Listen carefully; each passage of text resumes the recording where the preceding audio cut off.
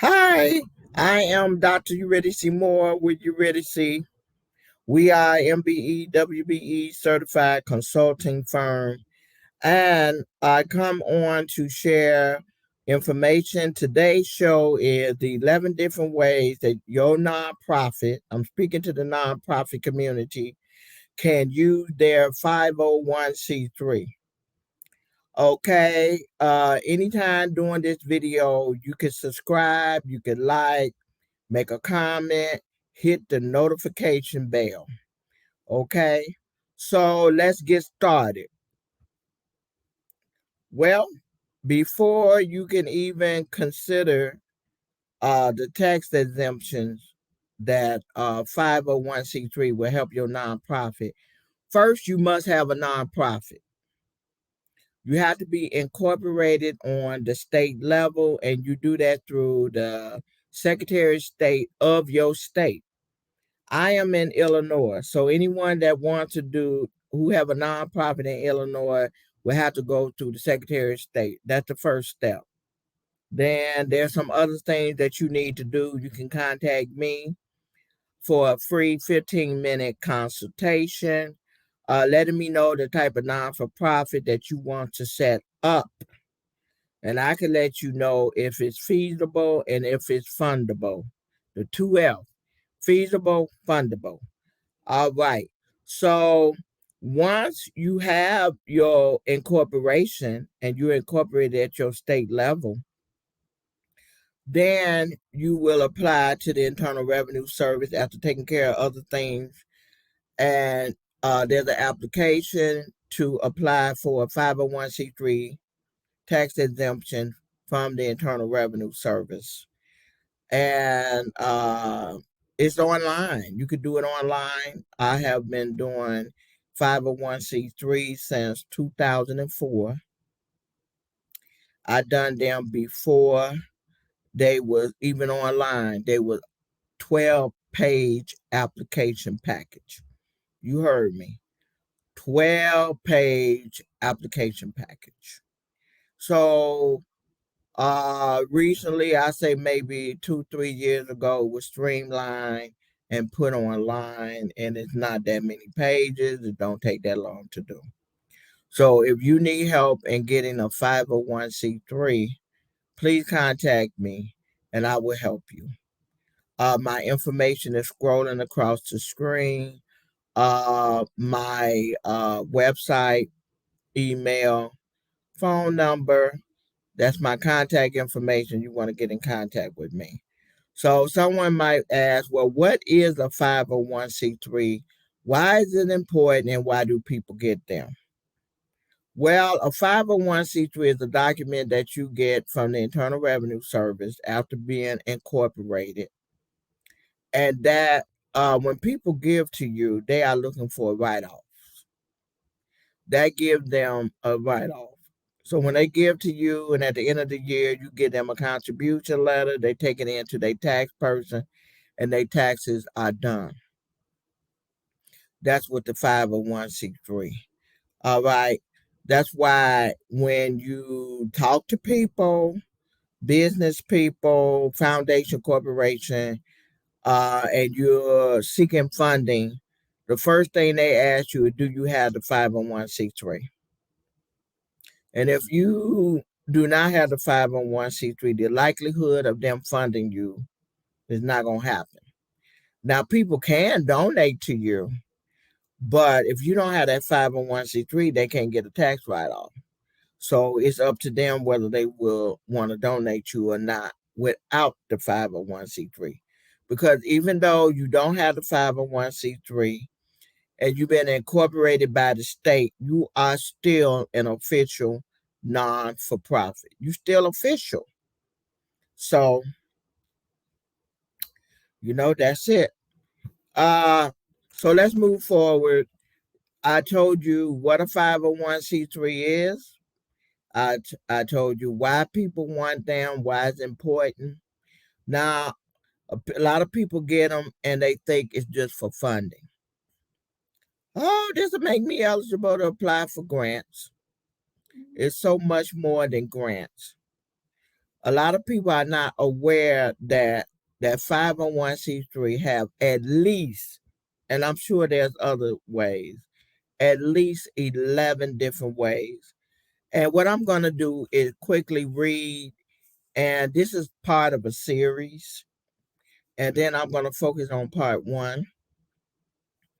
Okay, the 11 different ways you could use your 501c3. You could use your 501c3 that the income of your organization will be federally tax exempt. You will not have to pay taxes on the income of your organization. I'm going to talk about number one, part one, a little later. The 501c3 will make you eligible for state tax exemption, property tax exemption. If your nonprofit own property and it has to be in the name of the nonprofit, you could be exempt. Water bill, depending on what state you in. Some states, the non-for-profit do not have to pay a water bill, but you have to have the exemption. Postal Service. Postal Service have a special rate for nonprofit mailing, bulk nonprofit. We'll talk more about that in the series. Equipment, the 501c3 you can use to get equipment, supplies. People can donate property to you. People have gotten buildings because of the 501c3. You get vehicles because of the 501c3. um, you become eligible for sales tax exemption, and you can use the 501c3 and leasing, and like, let's say event, you have a venue, and they have two rates. They have rates for market rates, and because you're a non-for-profit, they have a special rate for nonprofit. You don't pay what everybody else pays. So that is the 11 different ways that I have discovered through the years of doing the 501c3. These are all known as tax exemption. Okay, so today's show is the 11 different ways that a nonprofit can use their 501c3. And we're talking about part one. And that tax exemption is federal exemption. When you have a nonprofit and it is a 501c3 nonprofit, have to be a 501c3 nonprofit. The income, the nonprofit get an income. The income that comes into the nonprofit will not be taxed. You will not have to pay taxes on the money that comes into the nonprofit. Okay, I just thought of another thing I wanted to say. Um, Now, someone will be like, well, what kind of income? Grants? No, there's all types of incomes that you can get into the nonprofit. Okay, private contributors. What is a private contributor? Also known as a donor, an individual donor. That could be family, friends, neighbors, co-workers, people that you have contact with. You can let it be known that you have a nonprofit, and would they be willing to donate, give you a donation for your nonprofit. Also, you can ask your board members for a donation. You can ask your enemies and your foes for donation. If you have a mentor, you can ask that person for a donation. We are talking about individual contribution for donation. Okay. When people give you money, they also known as patrons, donors, private contributors. When they give you their money, whether it's $10, 25, 50, 100, 150, 200, hundreds, maybe 1,000. They are considered private contributor, and that money is income, and you won't have to pay taxes. Other type of income is uh, grants.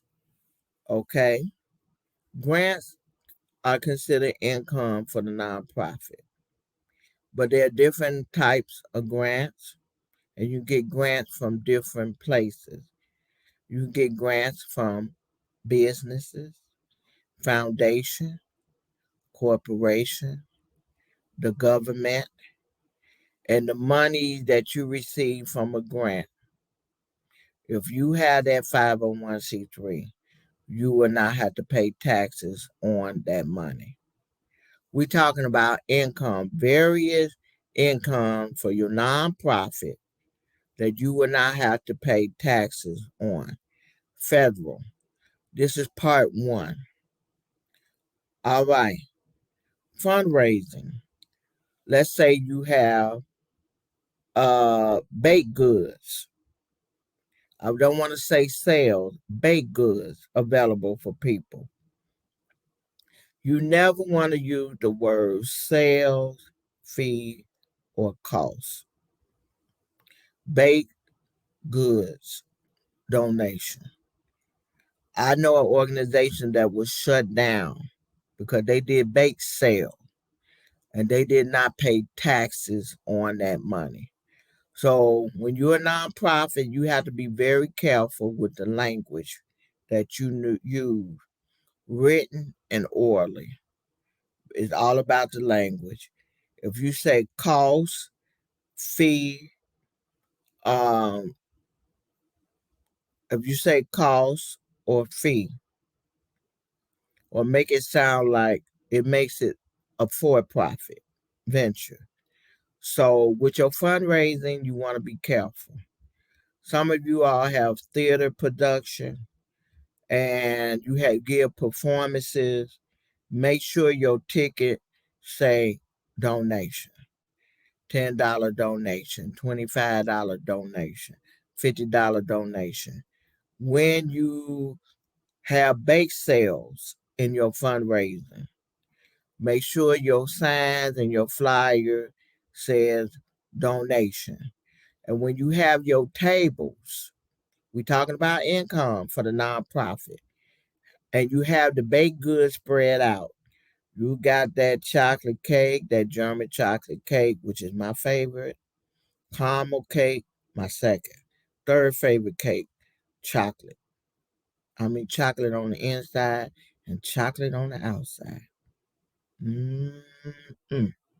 Okay. Cookies. You remember them butter cookies? Chicago Public School butter cookies. The lunchroom lady would make, and they made them in different shades. When I first went to high school, they didn't have it in elementary school. They did not have butter cookies in elementary school. But when I made it to high school, and they were light, I liked them. And after a while, I started seeing them little dark ones, and I said, had that with some chocolate milk. I'm having a flashback. Okay, I'm back, y'all. All right, you have your cookies, your cupcakes, all your pies, pecan pie, apple pie, lemon meringue pie. Mm-mm. Okay, you have your baked goods. Do not use the word bake sales. Do not use the word fee or cost. Use baked goods and then put donation. And in front of each one, put whatever the cost is by number. Okay, let's say $5 per slice. $5 donation. Make sure you wear that word donation out, because I know an organization that had a series of bake sale. Every year they did bake sale. IRS found out they weren't paying no taxes. You got to use your 501c3 wisely. So, in fundraising, a lot of people, they have baked goods, they do the candy thing, they might have a production, they may, have an event, a gala, maybe it's a banquet, a dinner. Make sure you use the word donation. All those things I just named, and there's many other things you could do to raise funds that would be considered income for your organization. You do not have to pay taxes if you have the 501c3. Now, if you don't have the 501c3 and someone gives you over $600, then you have to pay taxes. $600 is allowed with no taxes. But after that $600 for that year, you're going to have to pay taxes if you don't have the 501c3. All right. Okay. Bequests and insurance. Those are funding. Many times, people are members of nonprofit, especially churches, and they put their churches and their insurance policy as beneficiary, as well as family members. Please don't forget your family members and friends and those that's precious and been special to you in life. Okay, so you can include your churches. Okay, you can include churches, which is a nonprofit. People can bequest money to nonprofit. When their estate is cleared, a nonprofit can be put in the will, and the funding, the money received from that is tax deductible. You don't have to pay any taxes on. So we're looking at incomes for the nonprofit. Okay. Let me see. I think I named everything for nonprofit. Well, a couple other things. What's popular is employment plan. You can go to employers, and I know the bigger nonprofits do this, like United Way. There's one on my tongue I can't remember. And what they do, they go to the HR department, and employees, a flyer go out, an announcement go out, and employees want to give something, maybe a one-time contribution. They fill out a card and select if this is going to be a one-time contribution deducted out their check and sent to the nonprofit, or they're going to do something on a month per month basis. But whatever the case, at the end of the year, they will get an acknowledgement, a contribution letter. Okay. So we're talking about incomes. What would be considered incomes for a nonprofit? Okay. So you have the 501c3, and you're federally exempt from paying federal taxes if the income is from donors, private donation, friends, neighbors, co-workers, fundraising activities. You will not have to pay taxes. Someone leave you money in their will, and they made you beneficiaries in their insurance. You done had events, you done had dinners, skating ring parties, um, galas, and it baked goods, and it generated funding. You will not have to pay taxes, if federal taxes, if you have the 501c3. Then, of course, last and not least, and I made it last because I want people to get out of their mind, grant, grant, grant. There's other ways to get funding into your nonprofit. Okay, grants can come from businesses, family foundation, public foundation, private foundation, and the government on the city, state, county, and federal level. Whatever grants you get, the funding that you get, if you have that 501c3, well, you're not going to be able to even apply to get the grant if you don't have the 501c3. But once you have that 501c3 and you get money from those sources, you do not have to pay federal tax return. You do not have to pay federal taxes on that money as long as you have the 501c3. So I have covered part one of the 11 different ways you could use your 501c3. And number one is you receive a tax exemption from federal taxes, from paying federal taxes on the income of the organization. I have explained the various different types of incomes, and I'm sure there's more that you can get into your organization.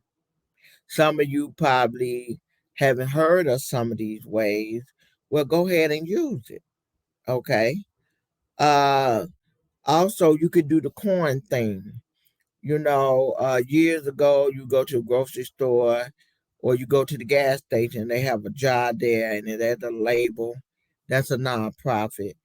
And you put your change in there. And then the owner makes sure the nonprofit gets it. And now I know, like in Jewels and other stores, they had this little device that you swipe your credit card, your debit card, your link card. Okay.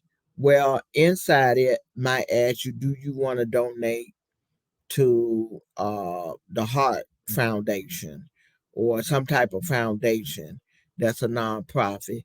And then you press in the amount, enter it, and then the owner makes sure they get that contribution. Okay, you could think about that. Or you could get yourself a big kettle, just like the Salvation Army. You ain't got to make yours red, make yours purple, lime, green, blue, another color, orange, and then get out there and ring the bell. Okay, or we're talking about getting income into the nonprofit. Or if your nonprofit is at an actual site, you're not mobile, you actually have a site, you can have, I know one place, it's called Center on Halsted. They got this thing that's about 4 feet tall, it's out of glass, and it got a slot. And then, of course, it's locked. And then you could put dollars, you could put coins in there. And if your nonprofit have a lot of traffic, in and out traffic, in and out traffic, then that money can that's your income. And because you have that 501c3, you will not have to pay taxes. So I'm coming to a close. First of all, I'm Dr. Eurydice Moore. I'm a 501c specialist and a grant writer. My information is scrolling across the screen. My website, email, phone number, my contact information. Please subscribe to this channel. Please share, subscribe, share, keep us alive. Um, Please comment, ring the notification bell. If you got a question or comment, leave it in the comment section. We do go back and look for comments. I had to follow up some people on yesterday.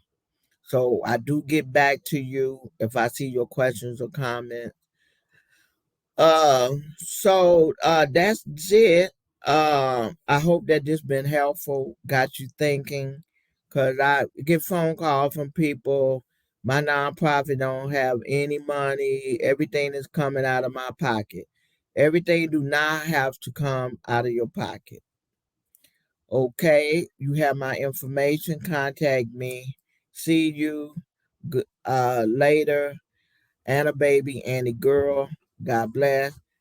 Have a good rest of the day.